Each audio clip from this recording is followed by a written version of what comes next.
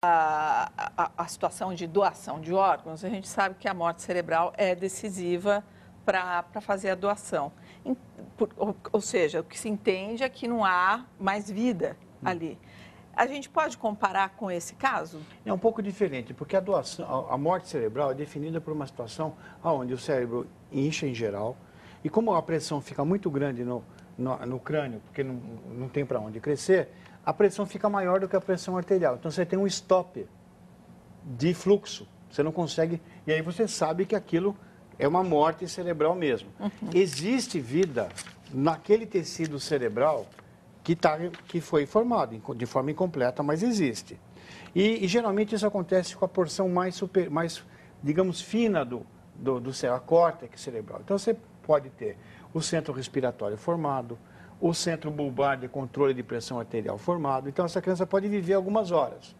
Agora, vida no sentido que a gente entende, até no sentido de você falar, bom, ela vai ter alguma capacidade de interação, não existe. Não, e potencial futuro, né? Não, isso é muito duro se obrigar uma mãe que sabe isso, se ela não tiver convencida que isso tem um sentido, como no caso da última telespectadora. E essa telespectadora mostrou bem, quer dizer, cabe a ela decidir, né?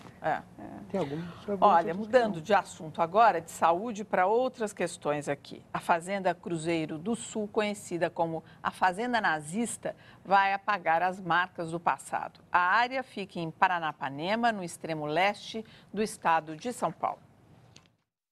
A Fazenda Cruzeiro do Sul foi comprada no começo do século XIX por um simpatizante do movimento nazista. A propriedade tinha geradores de energia elétrica, pista de pouso cimentada, uma estação de trens e silos importados dos Estados Unidos. Ali funcionou uma colônia tipicamente nazista nos anos 30. Cerca de 50 meninos órfãos negros, batizados por números, eram tratados como escravos. Com a instauração do Estado Novo de Getúlio Vargas, em 1937, as crianças foram libertadas e as marcas do nazismo no local suprimidas. A história só veio à tona quando foram descobertos diversos edifícios construídos com tijolos marcados com a suástica nazista. Depois de passar por vários donos, o novo proprietário decidiu limpar as terras para o cultivo de cana-de-açúcar. Está prevista a derrubada dos prédios, das oficinas, da cocheira e da pequena igreja. Antes de abrir aqui para a nossa conversa, eu quero agradecer uma pessoa lá dessa região, de Itapetininga, no sudoeste paulista, que é o João da Filmadora, que é um fotógrafo e cinegrafista local ali, porque hoje cedo, quando a gente decidiu fazer essa matéria, nós não tínhamos imagens. E aí, conversa com um, conversa com outro, a gente foi parar no João da Filmadora, que nos cedeu aí essas fotos. Olha, Polly, é muito importante resgatar a história, inclusive nos seus capítulos negros, né? Então, aqui tinha uma fazenda onde funcionavam... o dono era integrante da Ação Integralista Brasileira. Ali ele tinha 30 meninos em regime de trabalho escravo. Fazendo exaltação ao nazismo, cultivando hábitos assim, de ordem e de trabalho, que era um elogio ao nazismo. Quer dizer, isso precisa ser resgatado, precisa de alguma forma virar um monumento ali de...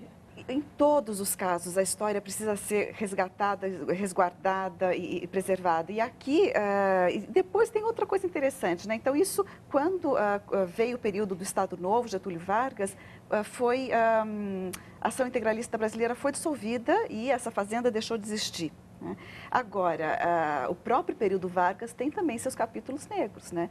Porque não se sabia, era uma circular secreta, mas durante a Segunda Guerra Mundial, já um pouco mais tarde do que o período dessa fazenda, uma circular secreta proibia ou limitava drasticamente a imigração de judeus para o Brasil, num período que estavam fugindo da Alemanha nazista, da perseguição que estava acontecendo na Europa como um todo, onde o nazismo estava se expandindo e chegando. Então, tem vários capítulos da história brasileira que precisam vir à luz, vir à tona. Quer dizer, preservar essa sede aí dessa fazenda, não destruir, significa, de alguma maneira, preservar esse pedaço da história, é isso que você está dizendo? Preservar essa memória, esse pedaço da história. Aliás, nesse caso específico, e também tem outros casos, como o caso da própria ditadura militar. Né? Temos aí uma comissão da verdade com o trabalho de resgatar qual foi a verdade. Então, esse também é um capítulo que precisa ser resgatado da nossa história. Dá para fazer um apelo? Qual é? Para esse proprietário dessa fazenda de cana, Porque a área que esse galpão, essa capela, em relação a uma cultura extensiva, deixa isso, ele é capaz até de ganhar dinheiro. Com o turismo. E se ele não ganhar hoje em vida, ele vai ganhar depois no outro lado, lá, quando tiver a balança do que fez de bom e de ruim, vai pesar uma coisa que fez. Porque eu acho que isso é importante ter uma lembrança do que foi feito errado para a gente poder fazer o certo. E eu acho que é uma pena que isso seja destruído. Verdade. E ele tem direito de fazer. Adivinha o que vai ser plantado lá? Cana. Cana. A cana, como tudo. Eu fui agora para o interior no fim de semana, cana. Não tem mais. Então, acho que a gente podia fazer um apelo para a Única, que é a união desses canavieiros do Estado de São Paulo, para que dê um pouquinho de sentido a isso. Né? Não perder essa ideia. Encampe isso. A seguir, Dilma negocia nos Estados Unidos mais bolsas de estudo para alunos brasileiros. E mais, Brasil registra 9 assassinatos de jornalistas só neste início de ano.